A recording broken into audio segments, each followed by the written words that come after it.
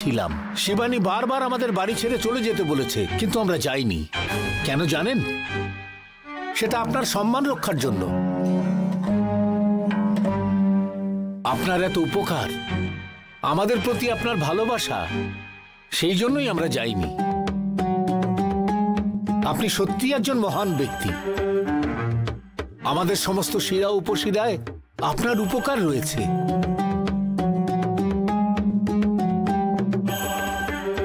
প্রেমিক প্রেমিকা মানে লায়লা মজনু, আর দাদামন মানে হলো আপনি আর আমাদের শিবানী। এখনকার এই সময়ে দাদার মনের সম্পর্কটা কি হওয়া উচিত আপনাদের দেখে শিখতে হয়।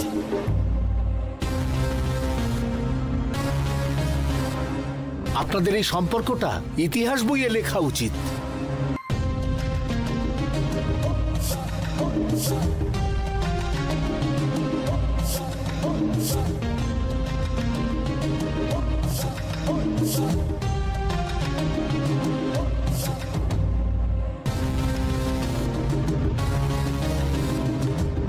আপনার সামনে হাত জোড় করছি, আমি আপনার পাও ধরতে পারি। আপনি এই বাড়ি ছেড়ে আর কোথাও যাবেন না, আমাদের ছেড়ে কোথাও যাবেন না।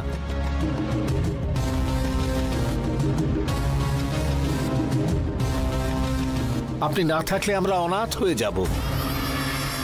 প্রতিদিন আপনার কথা মনে করে আমি দুঃখ পেতাম।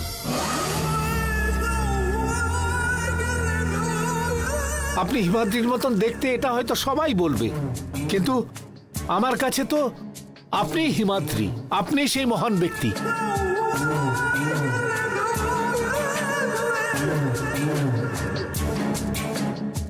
বেচারি আমাদের শিবানী আপনি না থাকায় অনেক কষ্ট পেয়েছে। আমি আর কিছু বলবো না। আমি বেশি কথা বললে এরা সবাই ভাববে যে আমি এখন নাটক করছি।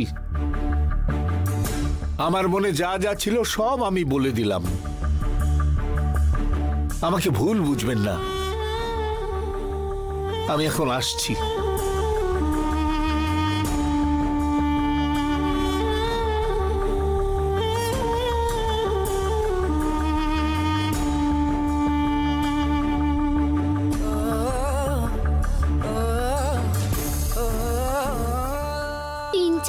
ধরে একাই কথা বলে গেল আর বলছে বেশি কথা বলবো না।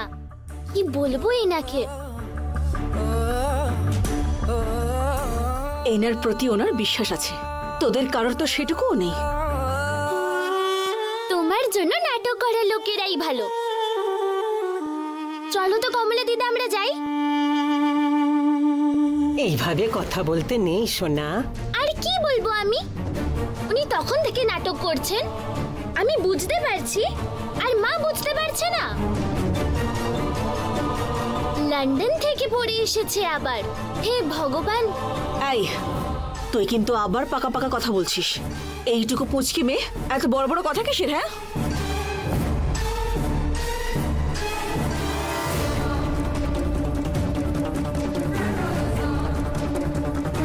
চলো তো দিদা, আমরা যাই।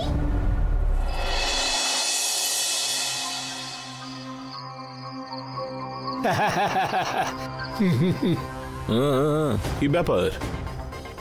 এখানে কি করছেন? আরে দেখান, কোনো ব্যাপার না।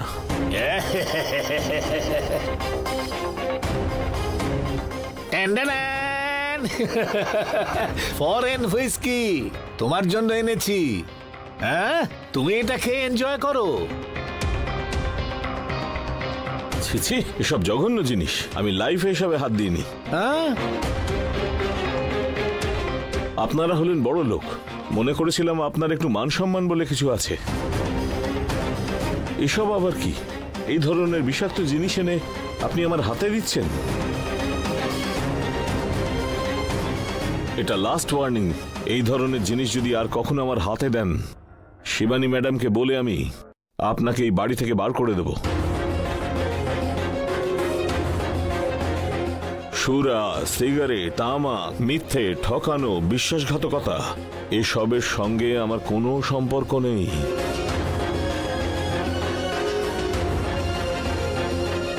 না, আমরা তো সবসময় কথা বলবেন না। আপনার কোনো কথা শোনার জন্য আমি রাজি না।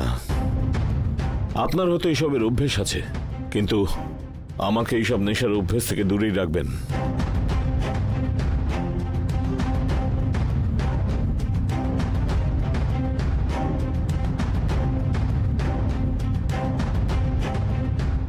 ঠিক আছে, থাক, খেতে হবে না।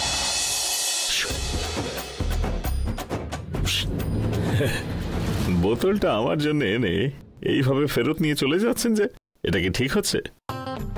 এই, তোমার কি মাথাটা খারাপ হয়ে গেছে? এসব আমি খাই না, এসব আনবেন না, এইসব বলে কত ভাষণ দিলে এতক্ষণ, আর এখন বোতলটা চাইছো যে? কি ব্যাপার? শিবানী ম্যাডাম ওখানে দাঁড়িয়েছিল। এই, তুমি কি করে বুঝলে?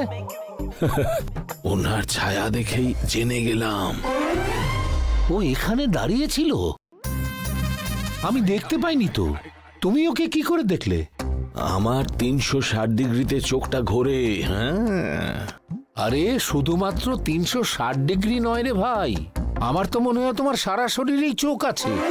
খুব দারুণ পারফরমেন্স করেছো। এক সময় আমারও এই ধরনের পারফরমেন্স ছিল, তখন আমি নিজেকে গ্রেট বলে মনে করতাম। এখন তো তুমি আমাকেও ছাড়িয়ে গেছো। ঠিক আছে, দিন দিন, আমি ওটা নিয়ে যাচ্ছি। এটাই ভাবছিলাম যে এখানে পিকআপের জন্য ঠিক কি করব। বুঝতেই পারছেন, দুঢোক যদি না মারতে পারি, রাত্রে তো ঘুমই আসতে চায় না। আমার ভাগ্যের দেবতা আপনি, ভগবানের মতন বুঝে আমার জন্য বোতল এনেছেন। এরপর থেকে দেবার সময় একটু সাবধানে।